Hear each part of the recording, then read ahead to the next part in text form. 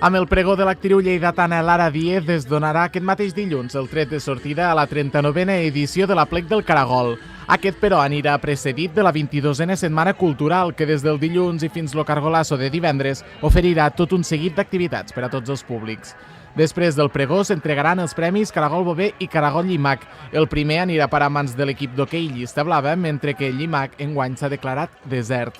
També es durà a terme el mateix dilluns a partir de les 8:30 del vespre el 8è concurs de rodolins i versos satírics Memorial Jordi Plens. El dimarts arribarà el torn de l'agrupació teatral Toar, qui representarà l'espectacle Ai Carai, de Josep Maria Benet i Jornet. El dimecres els més joves podran gaudir de l'animació infantil de Sac Espectacles amb la seva obra Boti Boti, tot seguit de diversos concerts musicals per a tota la família que es podran veure a la Glorieta dels Camps Elisis. I divendres començaria l'obertura oficial de l'Aplec amb el Caragolasso. Aquest any el Caragolasso ve ple de sorpreses, li hem refet la imatge, sabeu que des que vam iniciar aquesta activitat ha sigut un èxit any rere any i cada vegada hi ha més collistes que venen a gaudir d'aquesta estona per fer aquest xupinasso, aquest punt d'inici dels 3 dies d'Aplec.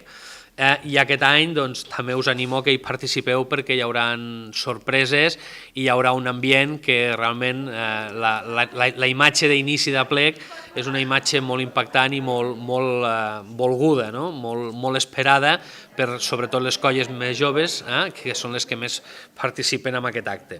A més, enguany l'Aplec serà un esdeveniment amb caire solidari i és que la Fundació Ilersis de Lleida serà com una colla més durant l'esdeveniment.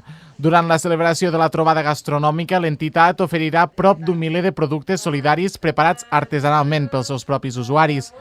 A més, el diumenge al llarg del matí es realitzarà una xollada o tallada de cabell solidària que anirà en benefici de l'Associació Espanyola contra el Càncer a Lleida. En total, s'espera que la 39a edició de l'Aplec del Caragol congregui unes 13.500 persones.